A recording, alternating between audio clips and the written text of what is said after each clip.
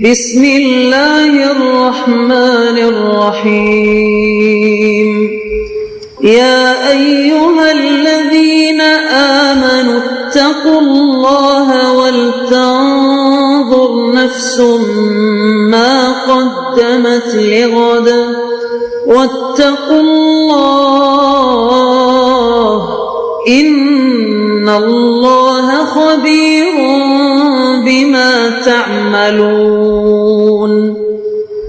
اے ایمان والو، اللہ سے ڈرتے رہو اور ہر شخص کو دیکھنا چاہیے کہ اس نے کل یعنی آخرت کے لیے کیا سامان بھیجا ہے، اور ہم پھر کہتے ہیں کہ اللہ سے ڈرتے رہو، بے شک اللہ تمہارے سب اعمال سے خبردار ہے۔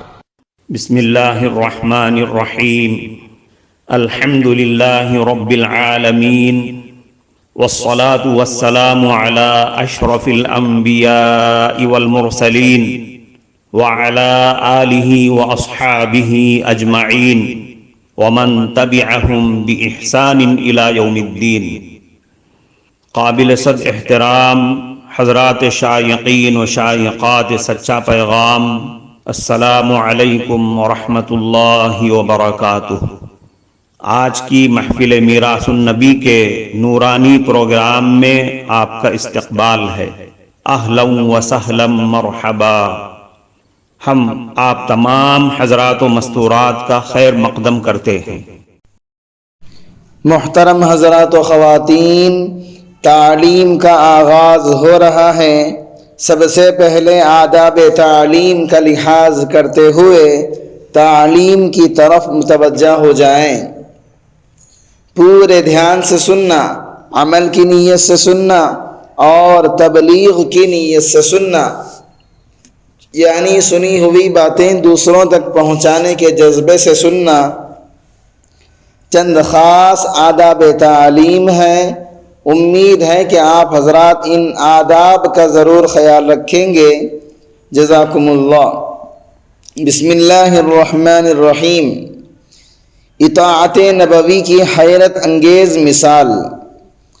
ایک مرتبہ نبی صلی اللہ علیہ وسلم نے خواب دیکھا کہ ہم بیت اللہ شریف کا طواف کر رہے ہیں۔ آپ صلی اللہ علیہ وسلم کی طبیعت تو پہلے ہی سے اداس تھی، کئی سالوں سے بیت اللہ شریف سے بچھڑے ہوئے تھے۔ نبی صلی اللہ علیہ وسلم نے صحابہ کرام رضی اللہ عنہم کو اپنا خواب بتایا۔ پھر اللہ کے محبوب صلی اللہ علیہ وسلم اور صحابہ کرام رضوان اللہ تعالی علیہم اجمعین نے عمرہ کرنے کی تیاری کر لی۔ چنانچہ نبی صلی اللہ علیہ وسلم مکہ مکرمہ کی طرف روانہ ہو گئے اور صحابہ کرام آپ صلی اللہ علیہ وسلم کے ساتھ چلتے رہے۔ آپ صلی اللہ علیہ وسلم نے مکہ مکرمہ سے 18 میل دور حدیبیہ کے مقام پر قیام فرمایا۔ آپ صلی اللہ علیہ وسلم کے ساتھ 1400 صحابہ موجود تھے۔ ادھر سے قریش مکہ کو پتہ چلا تو انہوں نے کہا کہ اگر وہ اس طرح آ گئے تو ہماری چودراہٹ تو ختم ہو جائے گی۔ یہ ناک بھی بڑی عجیب چیز ہے، جو کہتے ہیں کہ ہماری ناک کا مسئلہ ہے تو اللہ تعالیٰ ان کی ناک کو موم کی ناک بنا دیتے ہیں اور اللہ تعالیٰ اسے نیچا کر کے دکھا دیتے ہیں۔ چنانچہ قریش مکہ نے کہا کہ کیسے ہو سکتا ہے کہ وہ اتنے آرام سے آئیں اور عمرہ کر کے چلے جائیں؟ لہذا فیصلہ ہوا کہ اپنے بندوں کو ان کے پاس بھیجو اور ان کو وہیں روکو۔ نبی صلی اللہ علیہ وسلم نے عثمان غنی رضی اللہ عنہ کو بھیجا کہ وہ جا کر قریش مکہ سے بات کریں کہ ہم لڑنے کے لیے نہیں آئے، ہم جنگ کرنا نہیں چاہتے، بلکہ ہم ایک عبادت کرنا چاہتے ہیں۔ آپ لوگ مہربانی کریں اور ہمیں عبادت کرنے دیں۔ لیکن انہوں نے یہ بات ماننے سے انکار کر دیا۔ اسی گفت و شنود میں یعنی اسی بات چیت کے درمیان میں انہیں کئی دن لگ گئے۔ اس دوران میں انہوں نے حضرت عثمان غنی رضی اللہ عنہ سے کہا کہ اگر آپ طواف کرنا چاہتے ہیں تو آپ کر لیں، ہم آپ کو نہیں روکتے۔ انہوں نے کہا یہ کیسے ہو سکتا ہے کہ میرے آقا تو وہاں حدیبیہ میں بیٹھے رہیں اور میں یہاں طواف کر لوں؟ اتنے میں خبر مشہور ہو گئی کہ حضرت عثمان غنی رضی اللہ عنہ کو شہید کر دیا گیا۔ جب نبی صلی اللہ علیہ وسلم نے یہ سنا تو آپ صلی اللہ علیہ وسلم نے اللہ رب العزت کے حکم پر صحابہ کرام سے بیعت لینا شروع کر دی کہ اب ہم ان کے ساتھ لڑیں گے اور ان کو سبق سکھائیں گے۔ اس بیعت کو بیعت رضوان کہا جاتا ہے۔ وہاں کیکر کا ایک درخت تھا، نبی صلی اللہ علیہ وسلم نے اس کے نیچے بیٹھ کر یہ بیعت لی۔ تمام صحابہ کرام نے بیعت کی۔ سب سے پہلے حضرت سنان رضی اللہ عنہ آگے بڑھے، پھر حضرت عبداللہ ابن عمر رضی اللہ عنہ، اور پھر باقی تمام صحابہ نے بیعت کی۔ صحابہ کرام ذہنی طور پر پوری تیار ہو گئے کہ اب ہم نے آگے بڑھنا ہے اور قریش مکہ کے ساتھ نمٹنا ہے۔ جب کافروں کو اس بیعت کا پتہ چلا تو انہوں نے سہل ابن عمر کو آپ صلی اللہ علیہ وسلم کے پاس بھیجا۔ وہ ایسا بندہ تھا جو بڑا باتونی اور سمجھدار قسم کا آدمی تھا۔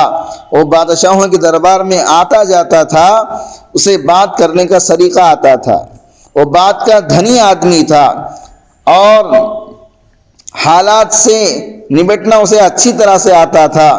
پہلے اور بھی چند لوگ آئے لیکن ان کے ساتھ بات آگے نہ بڑھ سکی۔ جب سہیل آیا تو نبی صلی اللہ علیہ وسلم نے فرمایا اب سہیل آیا ہے، چنانچہ اب سہولت ہو جائے گی۔ بالآخر نبی صلی اللہ علیہ وسلم اور سہیل کے درمیان چند شرائط طے پائے گئے۔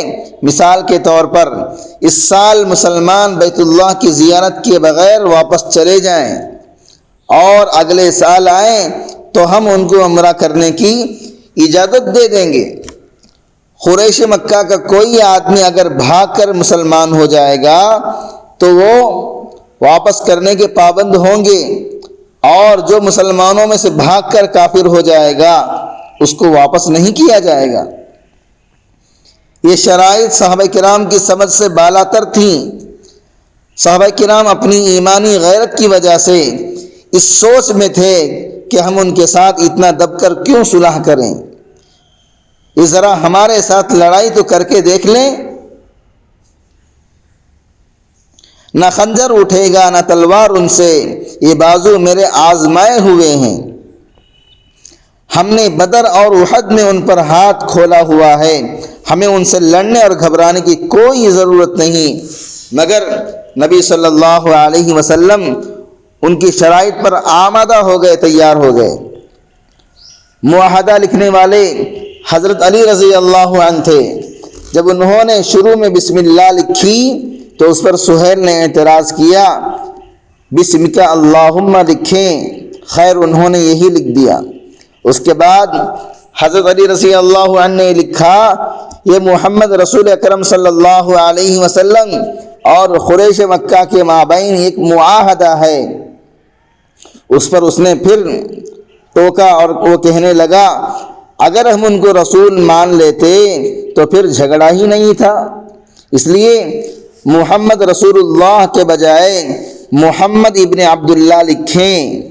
نبی صلی اللہ علیہ وسلم نے فرمایا چلو ایسے ہی لکھ دو جیسے یہ کہہ رہا ہے۔ اب حضرت علی رضی اللہ عنہ کے لیے یہ کام بڑا مشکل تھا کہ محمد رسول اللہ لکھا ہوا ہو اور اس کو مٹا کر محمد ابن عبداللہ لکھا جائے، کیونکہ محبت چیز ہی ایسی ہے۔ چنانچہ انہوں نے عرض کیا اے اللہ کے نبی صلی اللہ علیہ وسلم، میرا دل نہیں مانتا کہ میں اپنے ہاتھ سے آپ کا نام مٹا دوں۔ نبی صلی اللہ علیہ وسلم نے فرمایا علی تم ایسا کر لو، ایک ایسا وقت آئے گا کہ تمہارے ساتھ بھی بالکل یہی صورتحال پیش آئے گی اور تمہیں بھی اپنے نام کے ساتھ لکھا ہوا لفظ کاٹنا پڑے گا۔ ہو بہو وہی بات ان کے ساتھ جنگ صفین میں پیش آئی۔ جب یہ معاہدہ لکھ دیا گیا تو اتنے میں سہیل کا اپنا بیٹا ابو جندل وہاں آ پہنچا۔ سہیل نے اس کو اپنے گھر کے اندر باندھا ہوا تھا، اس کو مارا پیٹا کرتا تھا۔ جب اس کو پتہ چلا کہ مسلمان اتنے قریب ہیں تو کسی طرح چھپ چھاپ کر مسلمانوں کے پاس آ گیا، اور وہ نوجوان تھا، اس کے پاؤں میں اب بھی بیڑیاں تھیں۔ جیسے ہی ابو جندل وہاں پہنچا، سہیل کہنے لگا اگرچہ ابھی ہمارے معاہدے پر دستخط نہیں ہوئے، طے تو ہو گئے ہیں، لہذا ہمیں ابو جندل واپس کر دو۔ نبی صلی اللہ علیہ وسلم نے فرمایا سہیل میری بات مان اور ابو جندل کو میرے پاس رہنے دو۔ اس نے کہا پھر ہم معاہدہ نہیں کرتے۔ اب یہاں ایک سبق ہے، بعض اوقات بڑے فائدے کی خاطر چھوٹے نقصان کو برداشت کر لیا جاتا ہے۔ یہ زندگی کے اصول اور کلیات میں سے بھی ہیں۔